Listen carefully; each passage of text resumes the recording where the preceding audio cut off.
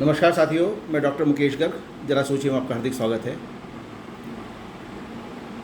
अभी साथियों, मैंने कई दिन पहले अपना एक वीडियो बनाया था जिसमें मैंने पाकिस्तान के मंत्री बिलावल भुट्टो का एक स्टेटमेंट जो उन्होंने कतर में मीडिया के सामने दिया था उसका जिक्र किया था। उस स्टेटमेंट में बिलावल भुट्टो ने कहा था कि भारत बातचीत करने के लिए, सकारात्मक बातचीत करने के लिए तैयार रहे तो हम हाफिज़ सईद को और अजहर मसूद को भारत को सौंपने को तैयार हैं। इस स्टेटमेंट के देने के बाद पाकिस्तान के अंदर जो आतंकी अड्डे हैं उनमें बड़ी भारी खलबली मची हुई है और हाफिज़ सईद का लड़का, उसका जो है रिएक्शन लगातार आ रहा है और रिएक्शन भी इस तरीके का आ रहा है उसका कि वो पाकिस्तान सरकार से बेहद खफा है। और उसका कहना ये है कि उसके फादर ने जो भी कुछ किया वो देश के लिए किया, ना कि अपने लिए किया, इसलिए उसको सौंपने का क्या मतलब बनता है और हम इसके लिए धरना प्रदर्शन और आंदोलन पाकिस्तान के अंदर करेंगे। लेकिन साथियों, एक बहुत बड़ी सोचने की बात यह है कि बिलावल भुट्टो ने जो स्टेटमेंट कतर के अंदर दिया है, वो भी इंटरनेशनल मीडिया के सामने, उस स्टेटमेंट को बिलावल भुट्टो अपने व्यक्तिगत स्तर पर तो नहीं दे सकते क्योंकि हैसियत ही नहीं है इतनी देने की। आतंकियों से पंगा कौन मोल लेगा? आतंकियों से झटका कौन लेगा? उनसे सिक्योरिटी कैसे मिलेगी? इसके लिए कहीं ना कहीं पाकिस्तान के जो हुक्मरान हैं उनका हाथ उसके पीछे रहा होगा, तभी बिलावल भुट्टो ने इतना बड़ा स्टेटमेंट दिया है। और शायद आतंकी संगठन इस चीज़ को समझ रहे हैं, इसलिए उनके अंदर खलबली मची हुई है कि किस तरीके से पाकिस्तान अब आतंकियों का गढ़ नहीं रहेगा और कैसे वो अपनी जान बचाएंगे और कहाँ जाकर वो छुपेंगे।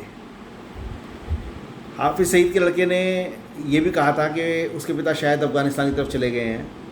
इस पर अफ़गानिस्तान की तालिबान सरकार ने बड़ा कड़ा रिएक्शन दिया है। उन्होंने कहा है कि शायद ऐसा तोहमत पाकिस्तान ना लगाए हमारे पे, हम किसी भी आतंकी को अपने यहाँ शरण नहीं देते हैं। और सुनने में यह आया कि जब से जो अजहर मसूद है उसके परिवार के 11 लोग मरे हैं ऑपरेशन सिंदूर के बाद, वो इतना व्यथित है कि वो भी पाकिस्तान छोड़ के कहीं और शरण लिए हुए छुपा हुआ है। और कुछ लोगों का कहना ये है कि आसिफ मुनीर ने इन लोगों को पहले ही रफा दफा कर रखा है, ये बता करके उनकी जान को खतरा है। ये हो सकता है, मैं इस बात को मानता हूँ, लेकिन ये तय है कि यदि पाकिस्तान भारत से किसी टेबल पर बैठना चाहेगा तो उसे आतंकी भी सौंपने पड़ेंगे और उसे POJK ये सौंपना पड़ेगा जो भारत से उसने कब्जा रखा है अनऑथराइज्ड रूप से। इन दोनों के बाद ही भारत कोई बातचीत करने के लिए तैयार होगा, एक मेज पाएगा। और बिलावल भुट्टो का इतना बड़ा स्टेटमेंट पाकिस्तान के अंदर आतंकियों को हिलाने के लिए, रुलाने के लिए काफ़ी है।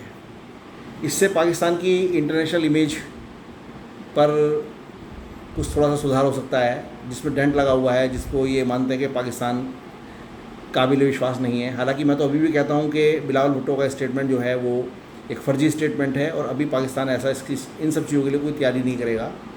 लेकिन फिर भी नहीं पता लगता कि कब क्या हो जाए और क्या बिलावल भुट्टो जो हैं वो सिर्फ झूठा बोलकर पाकिस्तान सरकार की पैरवी कर रहे हों।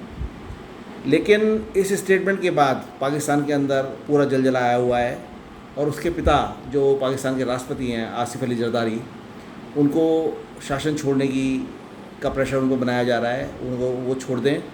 और जनता चाह रही है कि नवाज़ शरीफ पाकिस्तान के राष्ट्रपति बने और शहबाज शरीफ की जगह मरीम नवाज़ जो उनकी बेटी है नवाज़ शरीफ की, वो प्रधानमंत्री बने। यदि ये सब चेंजेस आते हैं तो पाकिस्तान के अंदर क्या होगा, कैसे होगा, जरा सोचिए। साथियों, यदि मेरे विचार आपको उचित लगें तो कृपया मेरे चैनल को लाइक कीजिए, शेयर कीजिए और सब्सक्राइब कीजिए। धन्यवाद।